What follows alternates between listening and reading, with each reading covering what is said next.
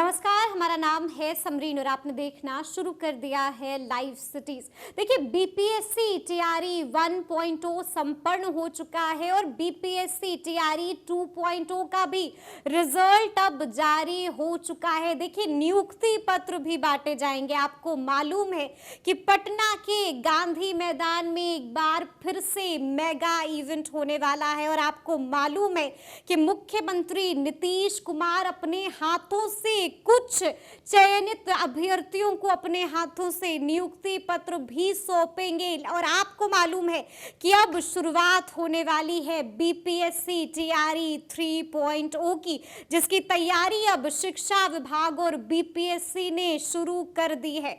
तो आज हम इसी मौजू पर सीधी बातचीत करेंगे जाने माने टीचर रजनीश सर से। तो सबसे पहले तो बहुत बहुत शुक्रिया बात करने के लिए। थैंक यू सो मच, आपको भी। जी, जैसा कि मैंने शुरू में ही कहा कि बीपीएससी टीआरई 2.0 का रिजल्ट जारी हो गया है। आपने देखा कि जिस तरह से एग्जाम भी बड़े स्मूथली हो गया, रिजल्ट भी इतने जल्दी जारी हो गया। रजनीश सर, क्या कैसे देखते हैं इस पूरी प्रक्रिया को? पूरी प्रक्रिया को हम जो परीक्षा का जो इतिहास हमने देखा है, जी, उस इतिहास में एक माइलस्टोन क्रिएट किया है आयोग ने।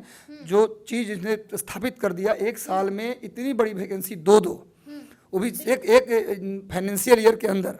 मार्च के बाद शायद टीआरई 1 की बात चली थी और अभी दिसंबर कंप्लीट होने से पहले पूरा टीआरई 1 और टीआरई 2 इतनी बड़ी संख्या में वैकेंसी, इतने बड़े लोग परीक्षार्थी, और उसके बाद भी स्मूथली एक महीने के अंदर परीक्षा होने के एक महीने के अंदर रिजल्ट आ जाना।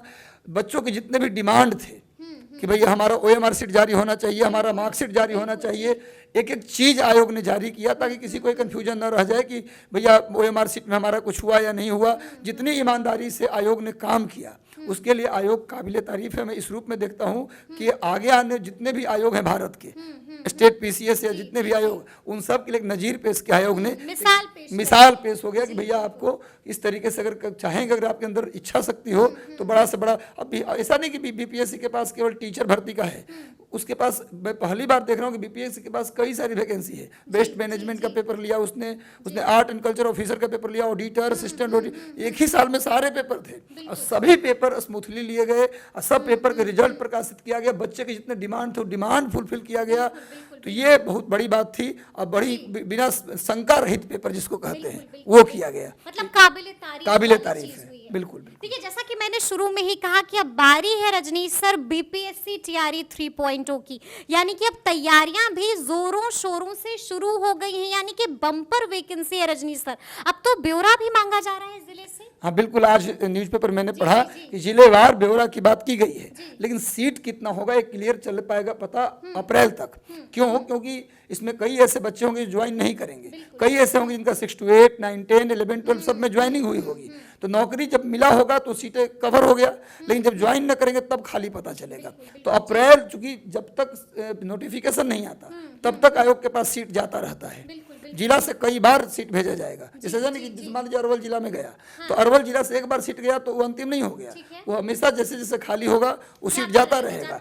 जब मई या जून में नोटिफिकेशन आएगा तो उस जून तक ये सीट जाता रहेगा, यानी मई में लास्ट तक पता चल पाएगा कितनी सीटें हैं। फिर भी आयोग ने कहा है कि 50,000, शिक्षा विभाग ने कहा है कि 50,000 सीट तो मिनिमम रहेगा ही। 50,000 उन्होंने कहा है, हो सकती है लेकिन घटेगी नहीं, ये उन्होंने साफ साफ कहा है। तो 50,000 मिनिमम है। तो मुझे लगता है कि 80-90 हजार से कम सीट टीआरई 3 में भी नहीं। फिर से लाखों वैकेंसी भी हो सकती है। बिल्कुल, लाख भी जा सकता है, लाख भी जा, मुझे तो ये लग रहा है कि लाख तक वैकेंसी पहुंच सकता है टीआरई 3 में, क्योंकि अब सप्लीमेंट्री रिजल्ट की कोई बात हो नहीं रही है। मैं आपसे पूछने ही वाली थी कि सप्लीमेंट्री रिजल्ट का क्या रजनीश सर, क्या बीपीएससी टीआरई 2.0 में भी सप्लीमेंट्री रिजल्ट जारी? देखिए, अभी तक तो आयोग ने या शिक्षा विभाग ने इस तरह का कोई संकेत दिया नहीं है कि सप्लीमेंट्री रिजल्ट आएगा। ये अब उनके ऊपर है कि देंगे या नहीं देंगे, पर मुझे चांस कम लग रहे हैं। सप्लीमेंट्री रिजल्ट के चांस कम है। अगर आ जाए तो मैं तो चाहूंगा कि कुछ विद्यार्थियों का सिलेक्शन हो जाए, हमारा उसमें क्या है, लेकिन चांस कम लग रहा है। अच्छा, अगर हम बीपीएससी टीआरई 2.0 की बात करें रजनीश सर, तो आपने देखा है कि सवाल काफी डिफिकल्ट, कट ऑफ आसमान छू रहा था। बीपीएससी टीआरई 3.0 में क्या होगा, क्या लगता है, क्या पेशन गोई है, क्या भविष्यवाणी? देखिए, अब भविष्यवाणी कट ऑफ की हम नहीं कर सकते। क्यों नहीं कर सकते? क्योंकि कट ऑफ जो होता है वो पेपर के लेवल पे डिसाइड करता है। 10% या 20% कितने लोग पार्टिसिपेट कर रहे हैं, इस पर सीट की संख्या, ये 20% डिसाइड करता है। 80% कट ऑफ डिसाइड करता है पेपर का लेवल। तो टियर 3 में पेपर का लेवल क्या होगा, इसके आधार पर बताया जा सकता है कट ऑफ क्या होगा। लेकिन ये तय मान के चलिए, ये कट ऑफ कम होने की संभावना बहुत कम ही होती है। हर बार कट ऑफ आगे जाता है, पीछे नहीं आता।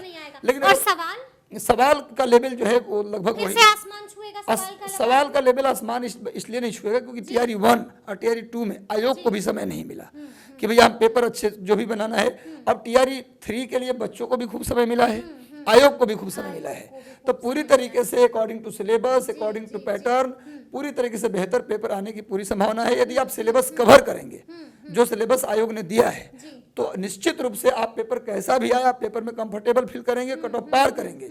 एक बात और याद रखना चाहिए, जो बच्चे आयोग पर आरोप लगाते हैं उनके लिए मैं बोल रहा हूँ कि भाई सिलेबस से बाहर पूछ लिया, ये पूछ लिया, अक्सर ऐसा आता है। आप नोटिफिकेशन में जाइए और वहाँ क्लियर कट पढ़िए, नीचे हर सिलेबस के नीचे लिखा है कि हम जिस लेवल की परीक्षा दे रहे हैं वहां तक के प्रश्न को तो पूछेंगे ही। अगर 6 to 8 का पेपर दे रहे हैं तो 6 to 8 का पूछेंगे। लेकिन आपका क्वालिफिकेशन हमने मांगा ग्रेजुएशन, तो ग्रेजुएशन तक भी हम जा सकते हैं। मतलब कहा गया कि जहां तक का क्वालिफिकेशन हमने मांगा आपसे, वहां तक का भी सवाल आपसे हम पूछ सकते हैं। साफ साफ नोटिफिकेशन टीआरई 1 में भी ये चीज लिखा है, टीआरई 2 में भी ये चीज लिखा है।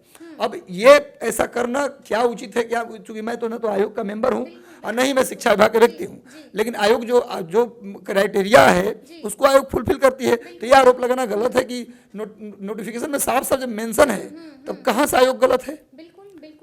आपको अपना तैयारी के लेवल को बढ़ाना चाहिए। जैसे मान लीजिए कि आप एक चैप्टर पढ़ रहे हैं बायोलॉजी में सेल, तो सेल के चैप्टर को आप जितना दूर तक सेल में क्वेश्चन आ सकता है पूरा कंप्लीट चैप्टर आप पढ़िए।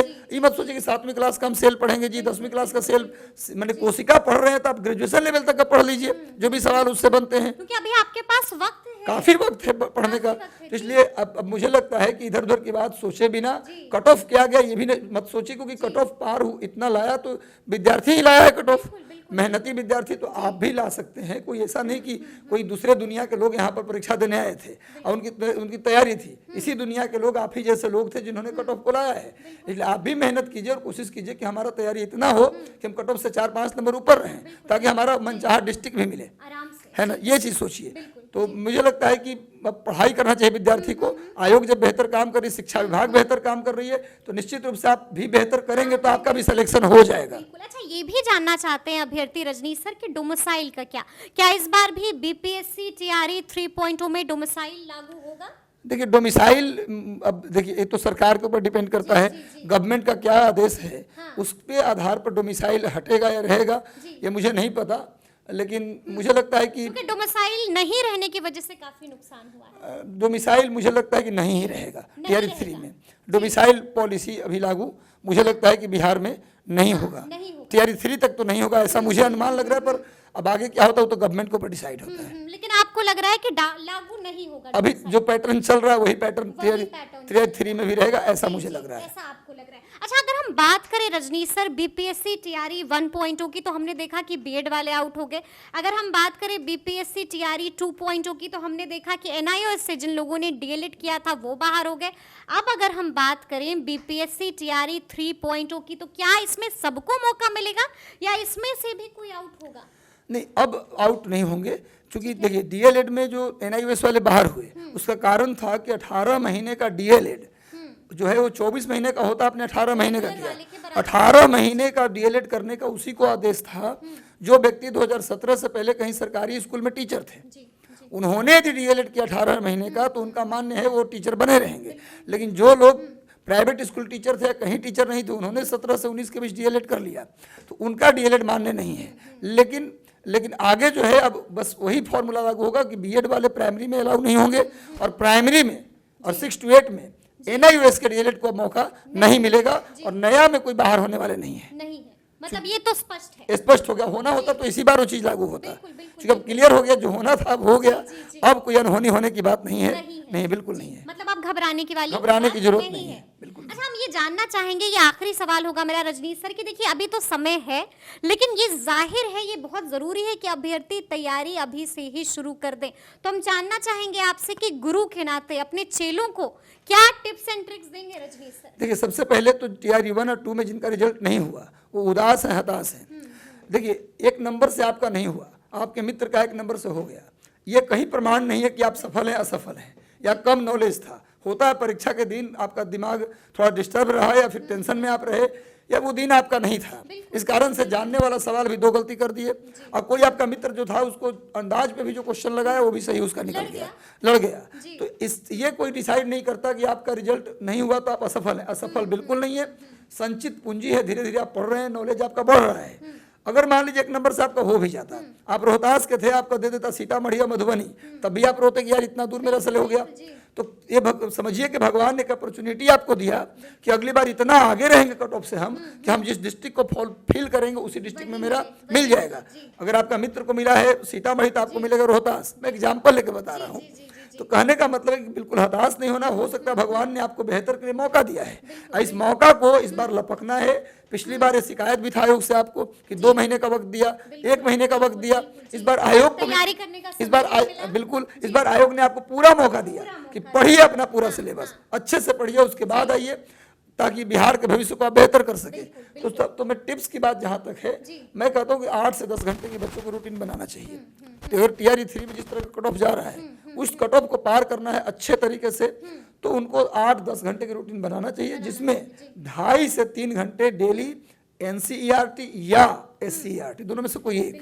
NCERT अगर नहीं तो फिर SCERT, दोनों नहीं, कोई एक। आप 6ठी से लेके 12वीं तक का ले आइए बुक, एक दिन में मत लाइए। 6ठी वाला ले आइए, उसको पहले 3 बार 4 बार पढ़ जाइए। 7वीं वाला फिर ले आइए। एक बार मिलाने से क्या होता है ना कि लगता है इतना किताब पढ़ना, मन में एक बोझ आ जाता है, फिर आदमी पढ़ नहीं पाता। 6th क्लास के ले आइए, पहले उसको 3 बार 4 बार पढ़िए, 3 बार 4 बार। NCERT का मैं बताऊं कि एक चीज होता है कि जो मान लीजिए कि आप कोई चैप्टर पढ़ रहे हैं NCERT से, वही चैप्टर आप पढ़िए विश्वविद्यालय किसी किताब से, किसी प्रोफेसर के किताब से, तो देखिए वहाँ 20 पेज में जो है वहाँ 2 पेज में है। बहुत चीज NCERT में शॉर्ट करके दिया रहता, समझ में नहीं आता। तो कम से कम 3 बार आप पढ़िएगा एक किताब को, तभी NCERT आपके अंदर आएगा, नहीं तो नहीं आएगा। एक बार पढ़ के आप कहिए सब NCERT पढ़ लिया तो आप नहीं मानेंगे।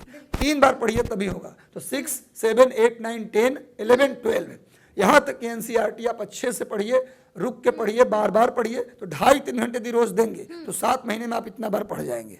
उसके बाद 2 घंटे या 3 घंटे आप दीजिए MCQ लगाने पर। जो विषय आपका 80 मार्क्स का जो आपका कॉम्बिनेशन सब्जेक्ट है उसका 100 क्वेश्चन लगाइए डेली, और 100 क्वेश्चन आप GS का भी डेली लगाइए।